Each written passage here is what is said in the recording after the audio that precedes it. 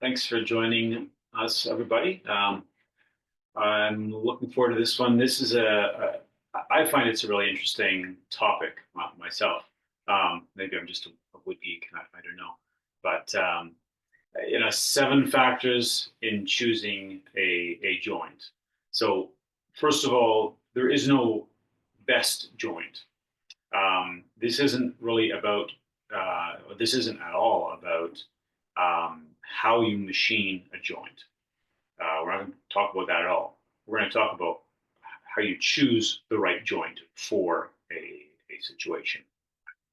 And it's going to be different for everybody. So I'm not going to give you any hard rules here. Everyone has to sort of take the 7 factors and work those out however you need to, right? Every situation is going to be different. Um, I'll talk about each of the factors, and then once I talk about one factor, we'll do some. I put together some photographs, so we'll throw those after each section. There's a couple sections that actually don't have photos, but at any rate, we'll answer the questions at the end. But if you have any questions, put them in the chat bar there, and Chad or Carl will answer them.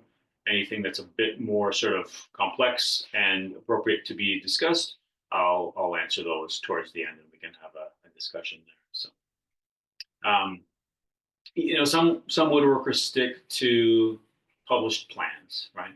Everything's been made, it's worked out. There's usually an illustration, materials list. Everything's really simple, and they just stick to that. And there's nothing wrong with that at all. We have lots of plans on our sites. On our site, there's lots of other sites with lots of other plans, different magazines, books, all that kind of stuff. Um, but if you find trustworthy plans, they're great. But you won't really have to make any adjustments to those. But I would say there's sort of 3 times when, even if you are dealing with a published plan, you still might want to make a change to it. The first one is if you don't have the machine or tool I'm talking about. I have a Festool domino, and I often will make a project with a dominoes. And if you don't have a Festool domino, it doesn't mean you can't do the project. It just means you have to sort of adjust a little bit, right? So to change the orders of operations or the machinery that you're working with, the tooling, to make it happen. Right? That's the first one. The second one that you might want to change a plan sometimes is if you just don't have the skills to do that specific joint. And maybe the person making that table has made it in a really elaborate way. They've made the corner joint quite complex. It's a real focal point of the piece, very, very strong visual. But you know what? You actually don't really have the skills to do that. Well, rather than just scrap the whole plan entirely, you can adjust the plan to suit your needs. And the third time you may want to change things up is if you want to design your own furniture. Right? Forget the plans. You just want to you need a table that's this big by that big, that high, these sorts of design details, and you bring it all together. You have to know what joint to use in all the different situations. Now, with all of these different steps, I've got 7 factors, right? And to be honest, if we have time, I'm gonna add 2 more to the list. They're much more sort of vague or not necessarily vague, but less common, anyways. So 7, maybe plus 2. We'll see. But there's going to be overlap on all of these, right? There's really no one situation where one of these factors it dictates you need to use this joint. You have to sort of bring all of these together, but in every situation, you have to weigh what's more important, right? You have to weigh which of these factors is more important, and then balance your joint selection for that for that approach. So sort of before we get into the seven factors, a quick sort of tip.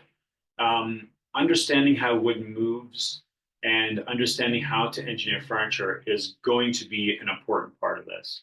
We do have a few articles on our website talking about, the science of wood. It gets a little geeky for a bit, but it's really just really truly fundamental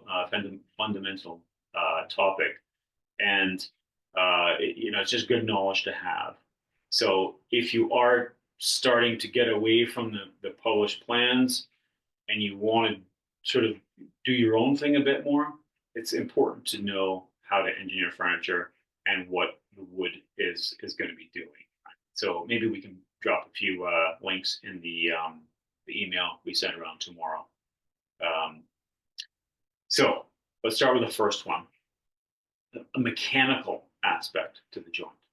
It used to be that glues were pretty poor, and a furniture maker had to make a joint stay together even if the glue failed, which it sometimes did. So that's how we came up with a dovetail joint, right? The dovetail joint, whether it's in a drawer or some casework, that sort of thing, it naturally holds itself together in one of the directions. And really, there's even a fair bit of friction there that in the other direction it will hold itself together as well. So it's naturally has a mechanical lock to it that's quite good. And I mentioned drawers there. Like drawers are a really good example of how you can choose different joints depending on the situation, right? Take this example here. It's just a really simple little. I should come up closer here, but simple little drawer. It does have a fancy front on it, but that's sort of neither here nor there. It's just for one of my tool cabinets here. So you essentially have your front, and it's joined to the sides with, I've used a pegged rabbet joint here. Really quite simple, but fairly strong. And I've used Dado rabbet at the back here. So a small tongue on the end of this piece protrudes into that groove there. Also pretty strong. And you also have a joint around the bottom to let the bottom in. So, you traditionally, we went with a half blind dovetail here and a through dovetail here. And the force was such that when you pulled the drawer out, it actually slightly tightened those joints. And even if the glue completely failed, the sides of the cabinet wouldn't let the sides of the drawers come apart, right? So that's just a great example of a mechanical aspect to a joint.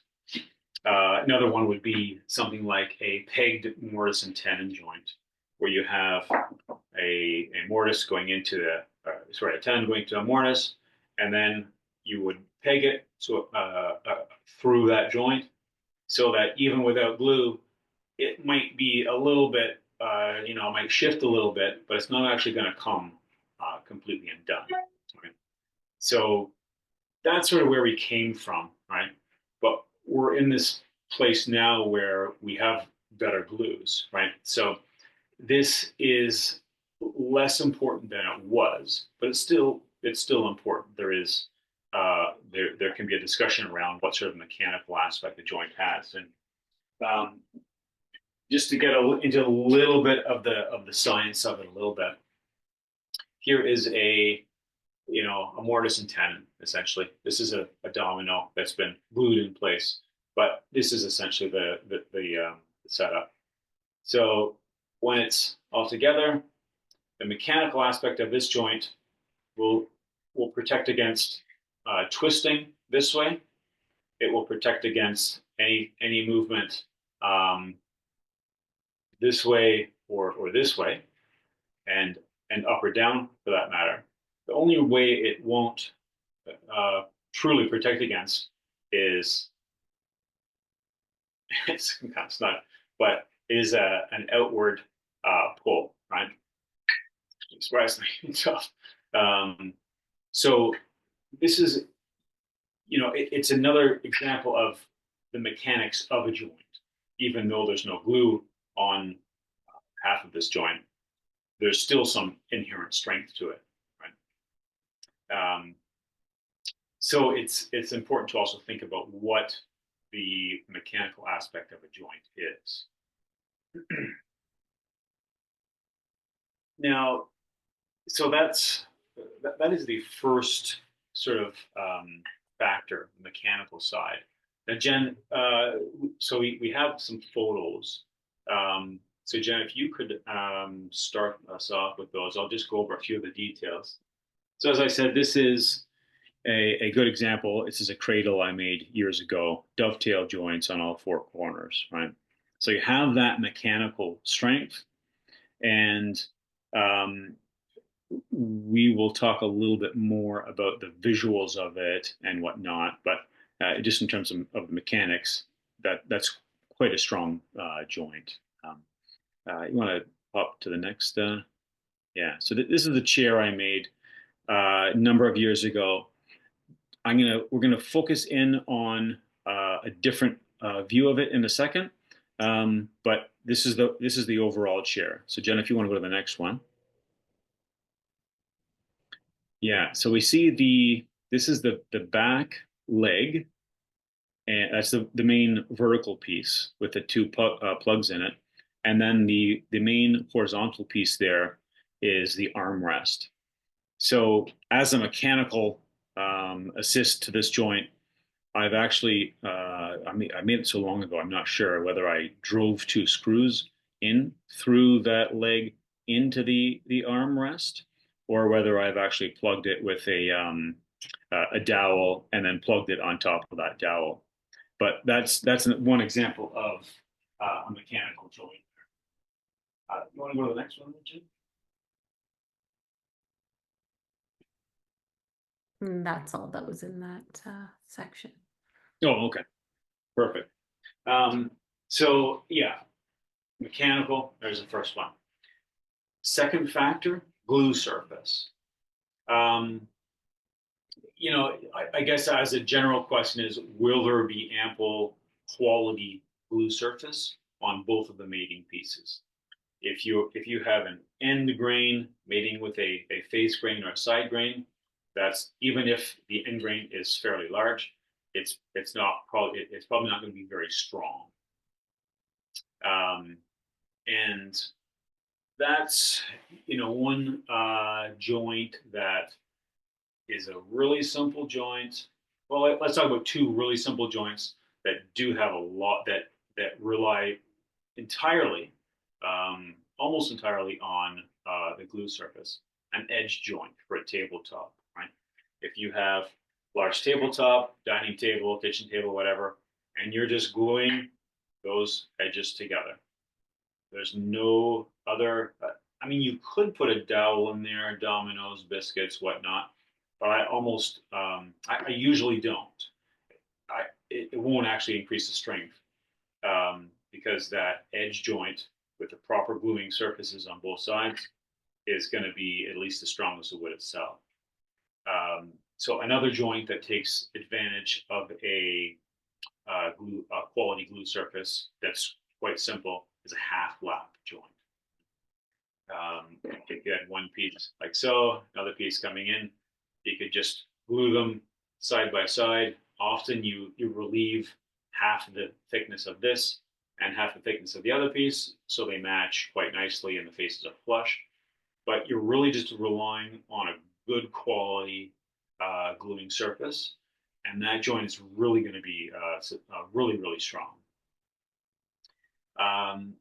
When we're talking about glue surfaces, the other thing we should mention, just very briefly, 99% of the time, this is not even a problem at all, but you have to have a proper way to clamp the assembly up.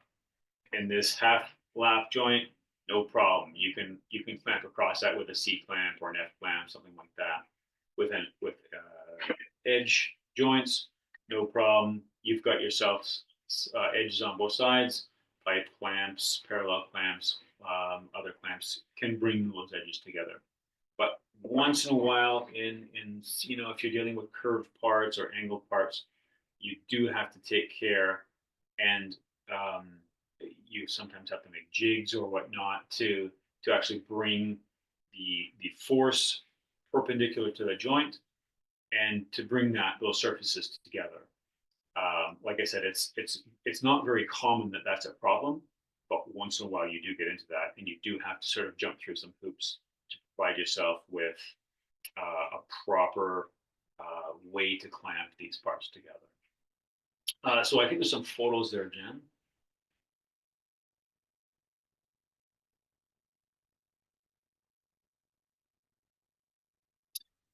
Yeah. So this is a table I made probably about 6, 8 years ago, and the joint that we're going to be looking at is the joint from the underside of the top to those two vertical legs, as well as the top of the bottom to those two vertical legs. So let's go to the next one there, Jen. So yeah, this is the top surface of the leg, and because it has end grain all over it, just gluing it straight to the underside of that top was going to be pretty much, I wouldn't say useless, but it wouldn't work. So I've routed in slots. Essentially, those are mortises, and the same mortise will be routed into the underside of the top, as well as the top surface of the bottom. You can go to the next photo there, Jen. And that's the top surface of the bottom, has the same slots in it. And that just has some loose tenons in it that fit nicely.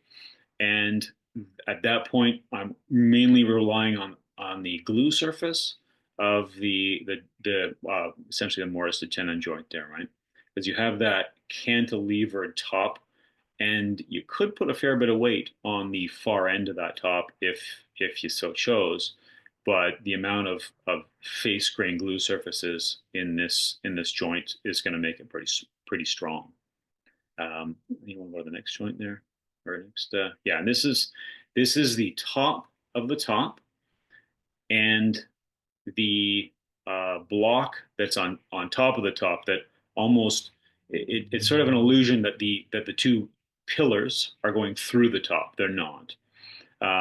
As you can see here, I didn't need the strength as much, so I've added dowels. I have dowel centers in the piece that you can see here, and I've pressed them onto the top, and you can see in the background there the dowels that will hold the other piece on. So I've used different joints in both sides there. So yeah, this is if you followed me on my weekly column, I made this table and spoke about it a number of weeks ago. It's a three-legged three-legged table, and the trickiest joint was the point underneath the top in the center where those three aprons come together. We'll show you on the next photo here. So it's not glued up, it's just sitting together, but you can see how they meet in the center. I mean, I could have produced some sort of three-way mortise and tenon, blah, blah, blah. It would have been very complex, and it may not have come together quite accurately. So instead, next photo there, Jen. What I did was I cut, can't see all of the photo there. No, that's a bit better. So what I did was I cut that three-winged piece of plywood. I think it's about a 3/16 of an inch thick, so not very strong, not very thick. But I cut the piece out, and then I traced it onto the top and the bottom of the apron once it was glued up, and just use my router freehand to remove that amount of wood there. And as you see in the next photo, once it's all together in the upper right there, it just ties the top surface of those three pieces and the bottom surface of those three pieces together with just really glue surface. The mechanical strength that three-winged piece adds is virtually zero, but the glue surface uh, crossing across those three surfaces, the top and the bottom, adds a whole lot of strength to that piece. So, yeah, what was the next one there, Jen? So very standard cabinet with, James Krenoff popularized these cabinets that have dowel joinery, right? So many of us think dowel joints are weak, but that's not really the case. Um, if this cabinet just went together with butt joints, it would be the end grain of the sides mating with the face grain of the top and bottom. Very weak. You want to go to the next slide there. So top view, fairly close up, you can see a couple dowel joints. There's dowel joints all the way across that joint, and really what we're doing is we're just increasing the quality glue surface area. So when the dowels go into that top and the bottom there, a lot of glue surface, and then the dowels protrude into the side, also adding more glue surface. That's the main thing that holds this all together. In the next photo there. I think that's it for this section. Ah, okay. I do have a question though. Sure. We have a question from Randy. What is a good glue? A two-part or a single latex? Oh boy, we could do a whole webinar on glues, different adhesives. You know, most of what I use just a standard carpenter's glue. This is a waterproof one, or yeah, water. Good for the outdoors, no problem. And the type 1 I use for more interior stuff. But I mean, we can get into epoxies and we can get into urea formaldehydes and CA adhesives, and 99% of what I do is just your standard wood glue. So that's that's that. Uh, any other appropriate questions there, Jim? I think we're good to move on.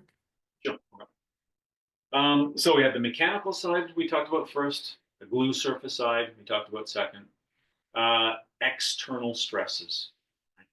We have to figure out um, what's whether it's humans or nature or what how's it going to be acting upon this thing we're building. Right?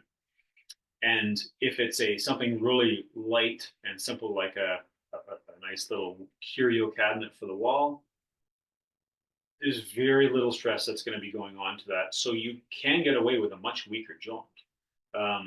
Whereas if this is a kitchen table or it is a chair that you're sitting on, it's going to be, it's going to be beaten up. It's going to be used a lot. It's going to be abused. You need to beef up these joints, right? So we have to realize not only how much abuse it's going to take, but in what direction, right? You've got your classic joint of a shear back leg plus a side rail coming into it, right? And as we know, everyone tips back on that chair, and then the forces are very strong downwards in that joint.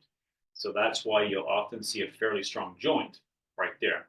A mortise and tenon joint will do a fairly good job. It's certainly not the only option. You could have a half lap joint as well. There's lots of loose surface area there.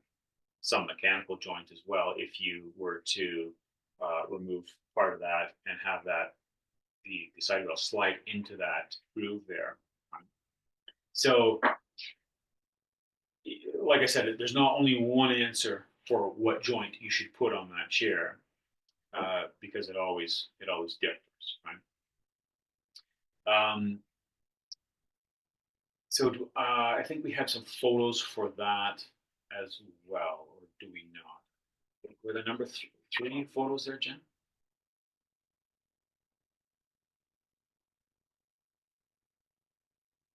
So this is the same chair I showed you a few minutes ago, and you see all of these.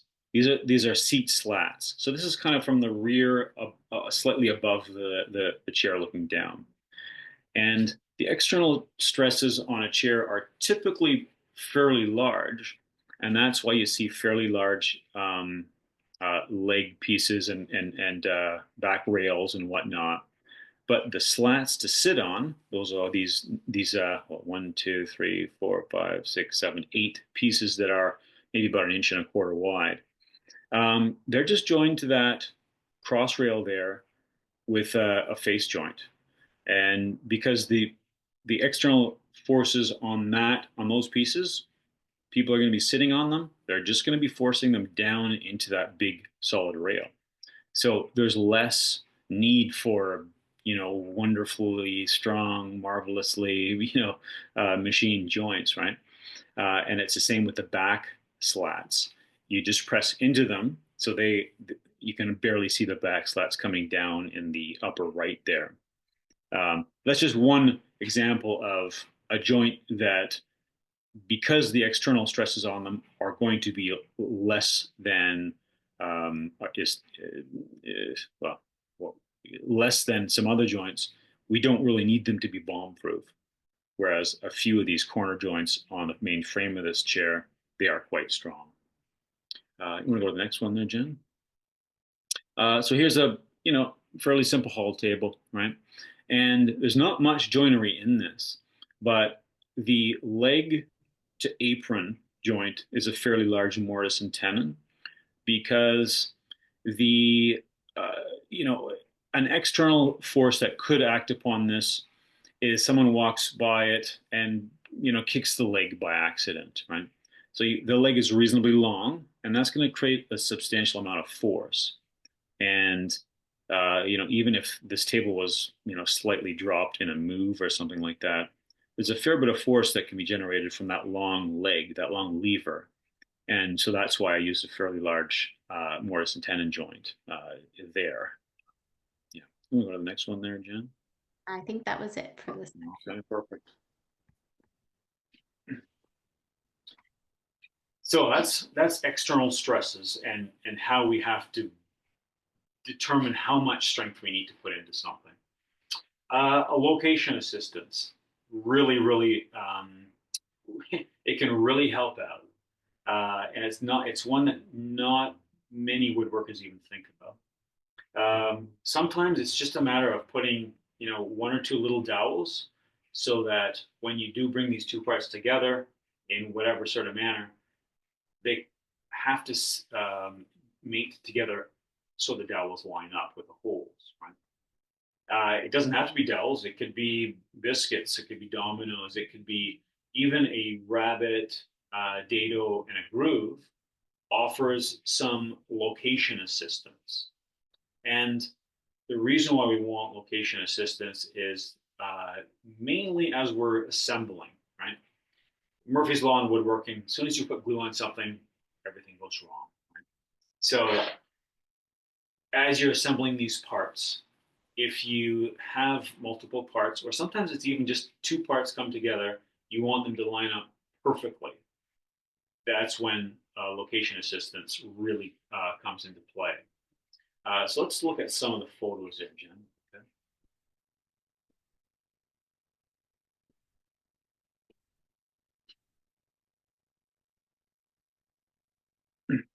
This is a table I made probably 15 years ago.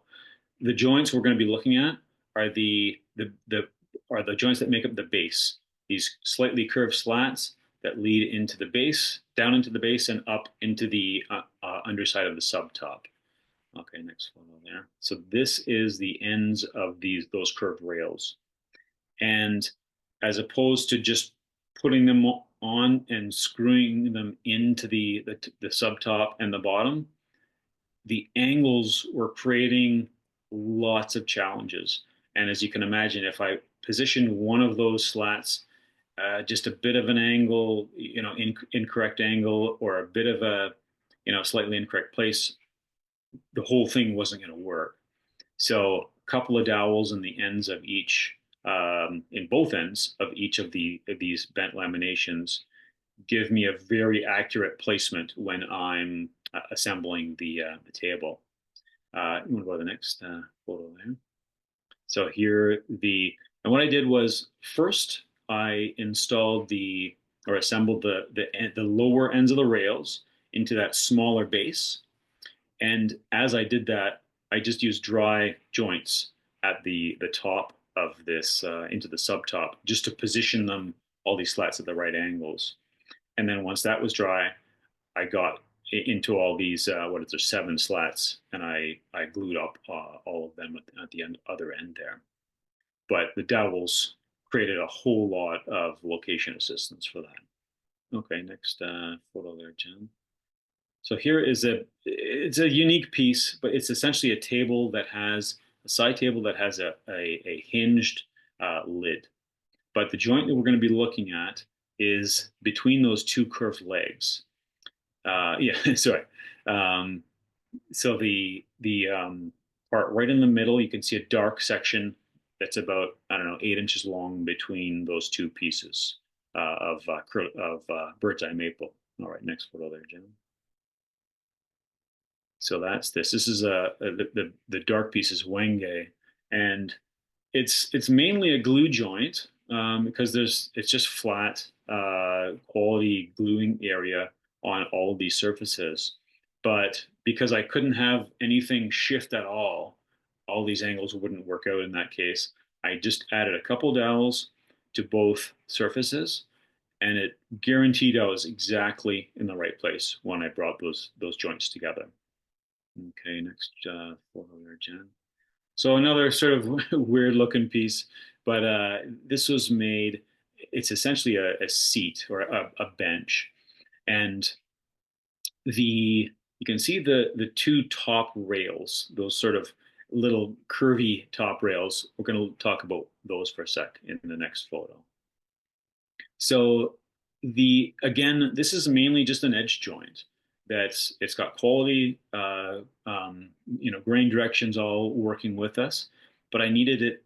I needed when I glued these pieces on, they had to fit accurately. So again, just a few dowels in there locates them really, really accurately. All right, next photo there, Jen. So 3 stools that I've made. You can see the next photo there. So it's the front leg joining to the top.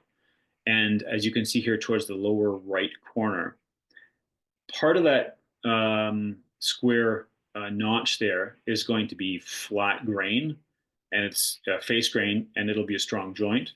But the other part is actually end grain. But I wasn't too worried about the lack of face grain on the one side because I had the face grain on the other side. But the dowel, again, I often use dowels for location because they are very precise. I use one dowel just to get the height exactly right because when you're working with chairs, you're working with all these curved parts and angled parts and whatnot, and it's really critical everything comes together everywhere. It comes together at the exact point. So just that one dowel hole was enough to line things up location wise. All right, next photo. So that's the finished joint there. Okay. Last one I'll talk about for location. This is a whiskey cabinet that I made, but I'm just going to talk about the handles, the 2 little handles there. They had to be located properly and quite precisely. If they were a little bit off each other, they wouldn't have looked right. They would have looked misaligned. Next photo will show you. Um, I drilled 2 holes in the handles, used dowel centers and a few brackets to properly position them on the doors, press them in. Then I had my two center points to drill through, and just used a 1/4 inch dowel to help locate those when I put them on. If I was to use a spring clamp or something like that to bring these all together, surely they would, things would shift a little bit. And not only did the dowels provide the location, they also added a little bit of extra strength in terms of mechanical aspect as well. I think that's the last one from there. Now, as I said, you can use dowels. That's obviously one of my favorite approaches, but there's many other approaches where even a rabbit will allow you to uh, locate a mating piece or a groove or a dado. Lots of different options for that. Right? So the next one, machinery. Right? It sounds strange, but sometimes you just don't have the right machines to make a project the way someone else wants you to, right? And in that case, you have to adjust. You have to make a different joint, something like that, right? I gave an example of a domino before. If I'm explaining how to make this joint with a domino, and you don't have one, well, it doesn't mean you can't make that project. It just means you have to come up with a modified joint. And there's probably lots of everyone has a different level of uh, you know up shop really and amount of tooling they have, right? So you might not even have a table saw or a router or something like that. So you have to do things a little bit differently. Um, don't have any photos for that one, but that's the fifth one, the type of machinery you have. Sixth one, aesthetics. And this is maybe one of the more fun ones, right? Because this is sometimes the difference between a joint that just does its job. It just holds things together, and you don't even really notice it. An edge joint might be a good example of that. If you do it right, you don't even really see the actual joint. But then you get into some situations, like in this box or in this drawer, where I've clearly made this pegged rabbet joint, at least in part, for its visual strength. Now you might say, well, a dovetail would be even better, and that's personal preference. Um, so um, yeah, it could be almost any joint can be made in such a way that it it looks really simple, or it looks quite elaborate, right? You could have a tenon, a mortise and tenon joint, and you could extend the tenon right through the piece and have it a through mortise and tenon, and have that be a little bit more fancy. You can also extend it even further, and you can peg it or wedge it. You can do all sorts of things with joints just to make them look good. And there's nothing wrong with that, because part of making furniture is to have a nice looking piece of furniture when you're done. How important that is to you is going to vary with each piece, right? So let's take a few photos. We can take a few looks at what I've done in the past in terms of um, keeping the aesthetics in mind, right? So this is a little side table that I made, and it has the three drawers there. The joints that I'm going to be talking about with this one is in the front of the drawer, holding the side and the front together. You want to go to the next one there, Jen? So I've used a sliding dovetail. I don't know what it is. I think people expect a little bit fancier joints when they look at a drawer. It's a moving part. It's something that we're interacting with. We're actually touching, and I think making a drawer joint a little bit nicer is just a little bit nicer. Right? It's a natural place for it as well. The construction of this piece um, didn't really allow me to do um, a blind or a half blind dovetail, as is very common. But a sliding dovetail in this case was what I chose. Go to the next one there, Jim. So a secretary desk I made a number of years ago. I'm going to be talking about the upper corner where the gable meets the top. If you want to go to the next one there. So part of this is more more glue surface, as I mentioned before. But a big part of, I could have taken just straight keys and added many of them across here, and I would have had even more glue surface area, an even stronger joint. But because I used a dovetail bit to machine those grooves. And then I filled each one of the grooves with these dovetail keys, as you'll see in the next photo. It leaves a really nice visual, right? It's a traditional look. This piece, it's a very traditional looking piece, and a dovetail is a very traditional looking joint. So that's part of my reasoning to go with the dovetail, because it's just sort of what people partially expect too. It's this sort of tradition and this sort of long term quality, right? Is there another? Well, yeah, okay. A unique little piece. It's actually a replica washboard. But the joint I'm going to be talking about, if you look at the left leg and about 2/3 of the way up, there's that center rail that comes across to meet it. The next photo will blow that up a bit. So you can see what I've done here. The two pieces have a slight pillow to them on meaning their front face is convex, and they meet with this V, this sort of bird's mouth V notch. And I've also used two pegs from the edge that extend all the way into that piece. And I didn't need that much strength, but I did want the visual. This was a very it was just a very visually strong piece, and they wanted it kind of fancy, if you will. So that's why I used that joint. I believe that was the only joint. Yeah, I do have a question. sure. What are your thoughts on using splines on box corners in terms of aesthetics versus strength? Oh, sure. Yeah. Yeah, for sure.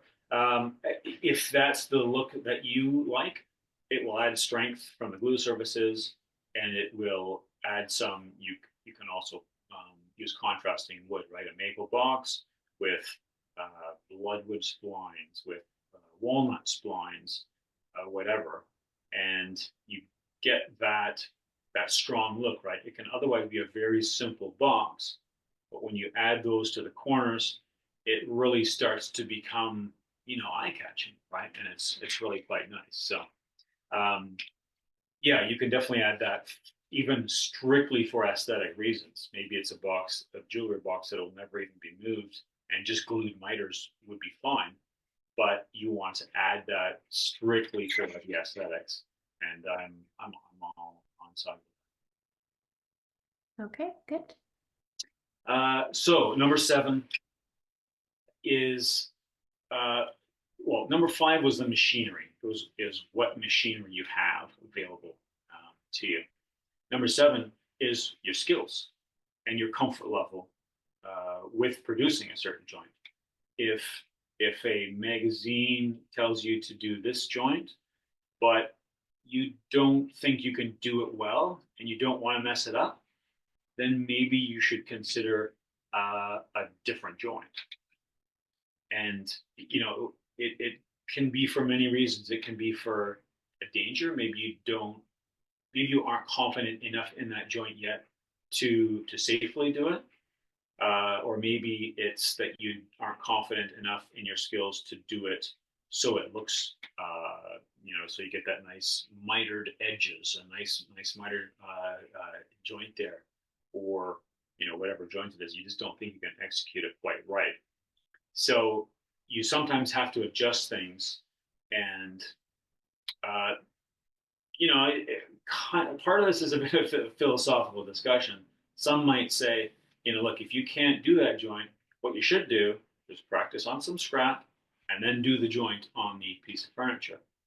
But it depends on your level of determination in woodworking. If you're just really chill about it, and you know what, you just want to make a nice little table, you don't want to have to go through all this process. You've got enough stress at work. Let's just stick to the simple stuff here in the shop. I'm fine with that too. No problem at all. Change it to a simpler joint that you can machine safely, accurately, and that's a good thing, right? Now I don't have any photos for that one as well. Um, so we're 45 minutes into this. Why don't I talk about these extra two quick things, and then we can go for some. I'll probably have a good 10 minutes to talk for questions. Um, so these last two are less typically less important for a hobby woodworker. Right? The first one is going to be speed. Right?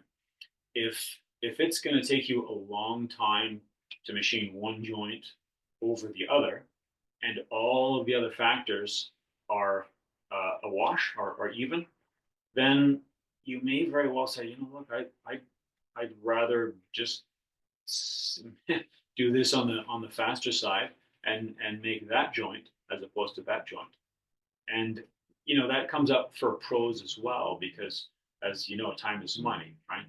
And if I'm going to make a hidden joint that takes me a lot longer than another hidden joint that is equally as strong, I should probably use that joint that I can machine faster. Um, as I said, all of these different factors come in, right? And we have to weigh them, right? But generally speaking, I'll use the joint that is easier and faster for me to machine as well. And I believe I don't have any photos for that one.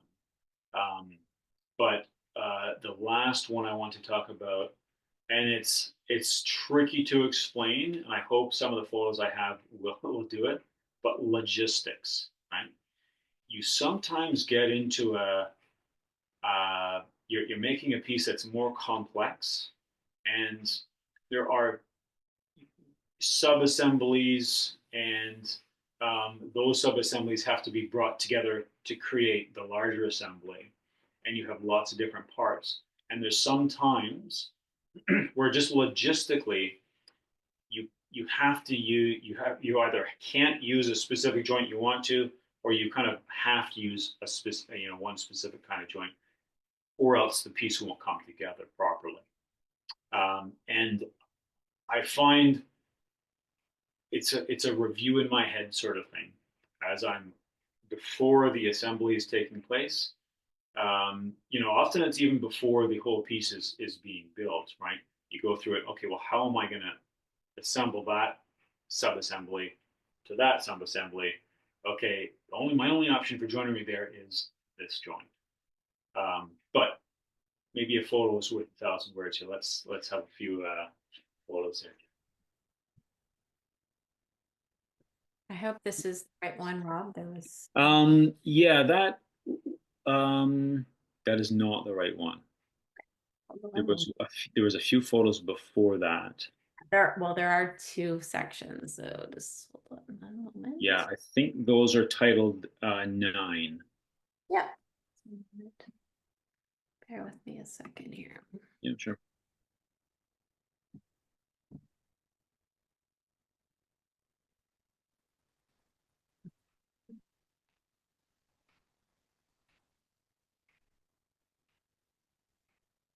Yeah, it was well, I've already showed the piece. It was the secretary, this secretary desk that I made.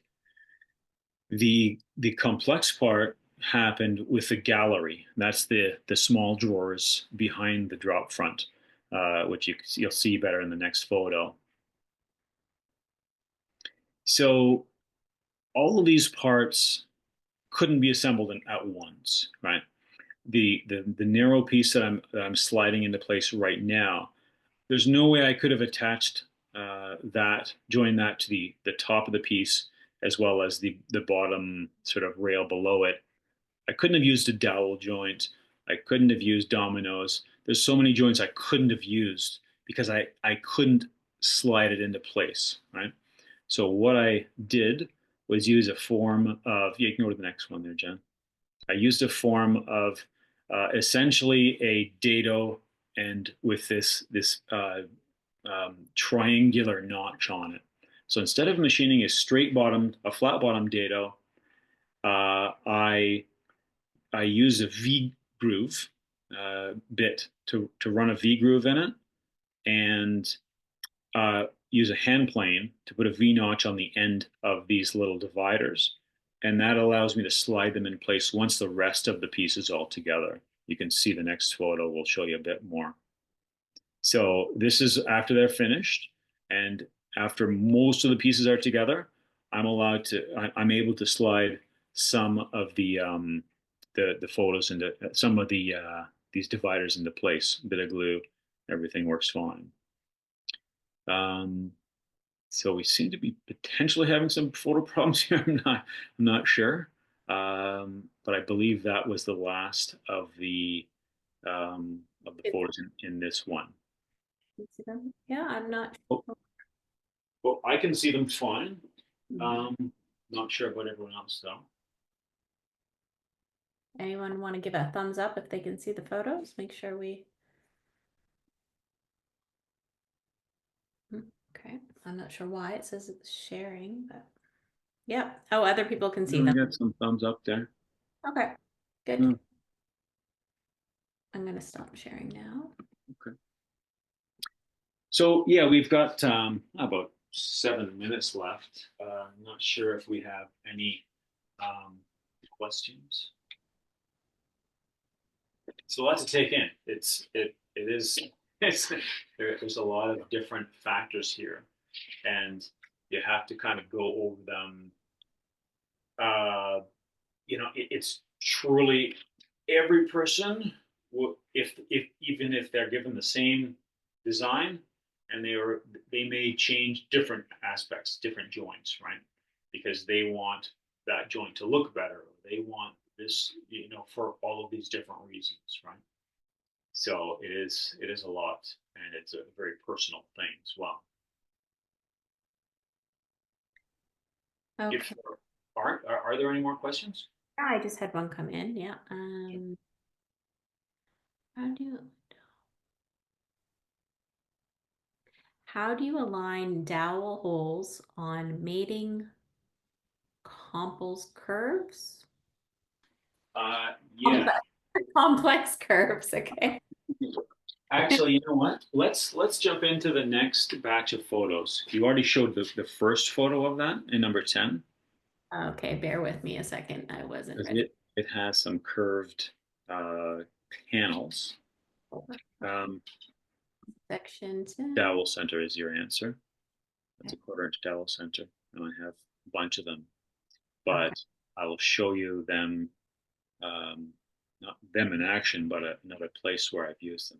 So this Okay. is the piece that we're talking about, and mainly the joints that I'm going to be talking about is this main front U-shaped leg, as well as the pieces that come into it, not only across the front two rails, but the side two rails and that curved side panel.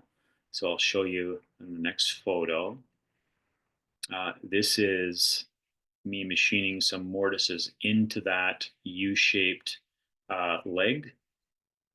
Next photo will show those mortises complete. And those mortises are going to accept the front top rail and front bottom rail. And then the next photo shows me machining a little bit more joinery. But you can see all those dowel holes that are going to accept and join the side rails and the side panel to the front and back U leg. And you'll be able to see a bit more in the next photo. So it's starting to come together now. And I've used those dowel centers that I showed you to, basically the process is you drill a hole into one of the parts, you insert the dowel center into that hole, and then you bring the other part um, up to the exact location where it wants to sit, and press it down, and you get a center point on where the other dowel needs to be drilled. Uh, Really a very, very simple approach to dowel joinery. You can also use jigs as well. But in a sec. Don't change it yet, just Jen. But then the next photo is going to show the side panel in place on those. What is that? About 6 or 7 dowels there. Okay, you can go ahead and change that there, Jen. So now you see the side panel in place. And if I was to machine a groove to accept that panel, it would have had to be slightly curved because that's a curved side panel that mimics the slight curve in that U-shaped leg. And it's not impossible, but it's also not a true curve. It's an arc with different, it's a complex curve really.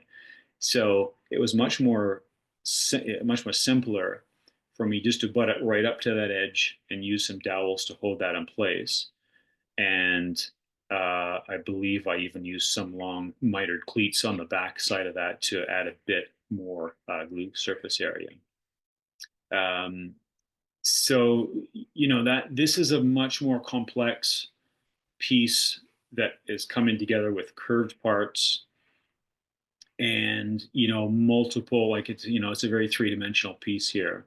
So you've got there's if I was to do this again today, I could do it a totally different way. um, but it's not necessarily any better or worse. There's just so many options that you have, and if you have, for example, if you have the skill of doweling and using dowel centers and dowel jigs, you do have a lot in terms of location, added strength, these sorts of things. But obviously, joinery goes a lot further than just dowels. So, yeah, I believe that's the last of the photos. I think so. And just to clear something up, I think this first photo is upside down. No, no, it's not actually. It's not? No, it's a really unique piece, and in Photoshop, I've removed the strings and ropes that were holding it up. But it's a long story, but it's a piece that's supposed to look like it can't stand up Okay, because the other. naturally, right? So yes, it would need to be secured to the wall for it to actually. Oh, wow. Yeah. Okay, so we were all a little confused. I should have. I was so focused on the joinery, I bypassed that completely. Sorry. Thanks for clearing that. And I wasn't sure if you were joking or not, because sometimes No, no, that is the case. that really, really neat. Okay. Yeah, I mean, we got a few minutes if we want. It's 7:59 my time. If was there any more questions that we had? Had one come in. How do you get your dowel counters out of the holes easily? Mine are always tight and hard to remove. I use a side, I guess they're called side cutting pliers, and it's this sort of a thing. Flat on the one side, and I find that you're right. They are my fingernails can never get in there, but if I can just get underneath that little lip, pry that up, and then pop it right out. Um, One other little detail I use for the when I'm using dowels, I have a container, different dowel diameters and different dowel lengths and stuff that are just slightly undersized. Because I find when like when I'm dry fitting stuff with real dowels, they're really quite hard to get in and out easily. And if they're just slightly undersized, I can check the fit and easily disassemble everything. And then I put those dowels away and use the real dowels, the full size dowels that you have to actually tap in with a hammer and don't want to come out. Um, so yeah, I certainly don't want to turn this into a dowel webinar. But dowels can be very helpful especially for location. But yes, joints of all types should be in your skill repertoire if you're going to sort of venture down the design it yourself or modify other people's plans. Right. Good. I don't think we have any other questions. Sure. Okay. I think we're good. And right on time. Yeah. One minute over. Sorry about that. Oh, 2 minutes now. Yeah, that's great. Thank you, Rob. I think everybody really enjoyed the presentation, enjoyed the photos, and the conversation around these different pieces and choosing your joints. So thanks to everyone who joined us tonight. We have another webinar coming up April 30th. That's going to be on for router joints to help with accuracy. So you can check out our website, canadianwoodworking.com, under the webinar tab to register for that webinar.